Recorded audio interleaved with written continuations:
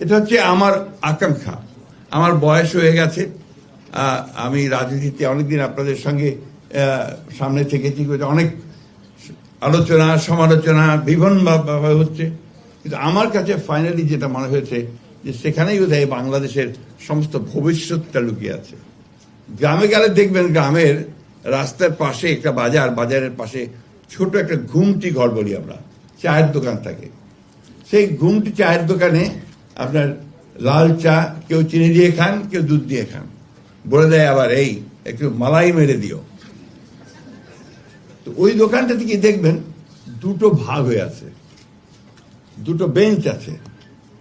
একটা বেঞ্চে আওয়ামী লীগের লোকেরা বসে, আর একটা বেঞ্চে বিএনপির লোকেরা বসে। আমি সত্য ঘটনাটাই আপনাদের সামনে বলছি। আজকে আপনারা আমাদের সামনে যারা বসে আছে, আপনারা সবাই অত্যন্ত আমার শ্রদ্ধেয় পণ্ডিত ব্যক্তি এবং এই দেশের ধর্তাকর্তা।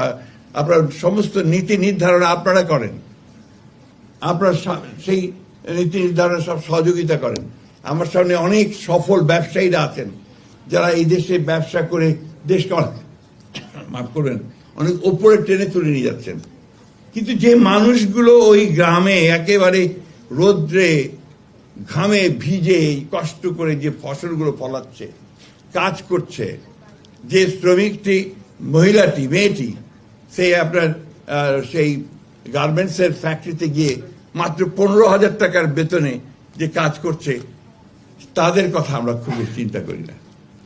আমার কাছে মনে হয় এদের কথা যেদিন আমরা সত্যিকার অর্থেই ভালো করে চিন্তা করব এবং সফলভাবে চিন্তা করব, তাদের উন্নয়নের জন্য চিন্তা করব, তাদের কি করে একটা ঘর, একটা বাচ্চার অসুখ হলে তার চিকিৎসার ব্যবস্থা, তার লেখাপড়ার জন্য একটা স্কুলের ব্যবস্থা করতে পারবো, সেদিনই বোধহয় আমরা একটা সত্যিকার অর্থেই একটা সমৃদ্ধ বাংলাদেশ দেখতে পাবো। এটা হচ্ছে আমার আকাঙ্ক্ষা।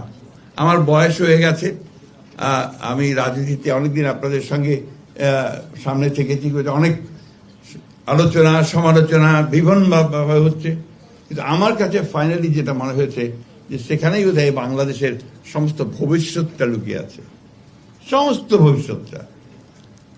আসুন আজকে আমরা আমাদের বন্ধু এই সিরাজুল ইসলাম, যিনি তার সারাটা জীবন একটা সুন্দর সুখী সমৃদ্ধ একটা গৌরবময় বাংলাদেশের জন্য সংগ্রাম করেছে, লড়াই করেছে। আমাদের তিনি শুধু বন্ধু ছিলেন না, ক্লাসমেট ছিলেন এবং পরের দিকে ছিলেন একেবারে সহকর্মী যোদ্ধা। আমি যখন জেলে শেষ সময়, সেই সময় সে চলে যায়। আমরা তাকে শেষ দেখাটুকু তার স্ত্রীর সঙ্গে, তার কন্যাদের সঙ্গে সেইভাবে টেলিফোনে কথা বলতে পারিনি। সিরাজুল ইসলামের সবচেয়ে বড় গুণ যেটা ছিল যে সে কখনো মাথা নিচু করত না, যা বিশ্বাস করত তা চিৎকার করে উচ্চকিত কণ্ঠে সবাইকে জানাত। এখানেই হচ্ছে একজন মানুষের যে দৃঢ়তা তা প্রমাণ পায়।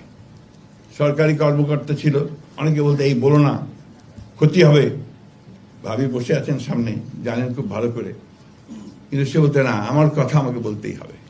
সেখানে ছিল আমাদের সবুজ, সিরাজুল ইসলাম সবুজ। সেজন্য আমি খুব বেশি কথা বললাম না, শুধু এই কথাটুকু বলতে চাই যে আমি অত্যন্ত আশাবাদী। আমি বিশ্বাস করি যে আমরা সবাই যদি আজকে এইটুকু বুঝতে পারি যে আমাদের দেশটা আমাদের, এর ভবিষ্যৎ আমাদেরকে নির্মাণ করতে হবে। ওই আমেরিকা থেকে এসে ট্রাম্পও তৈরি করে দেবে না, বা আপনার চীন থেকে শি এসেও এটা করে দেবে না, অথবা ভারত থেকে মোদিও আমাদের ধাক্কা দিয়ে কিছু করতে পারবে না। এই যে বিষয়গুলো, এটা আমাদের মধ্যে, আমাদের মনের মধ্যে, আমাদের অন্তরের মধ্যে গেঁথে নিতে হবে, গেঁথে নিতে হবে। একটা কথা খুব জোর দিয়ে বলতে চাই, গণতন্ত্রের কোনো বিকল্প নেই এবং গণতন্ত্রকে চাপিয়ে দেওয়া যায় না। ইট ক্যানট বি ইম্পোজড। আপনি আমার উপরে চাপিয়ে দিলেন তা দেওয়া যাবে না, চর্চা করতে হবে, প্র্যাকটিস করতে হবে, সেই জায়গাগুলোকে খোলা রাখতে হবে।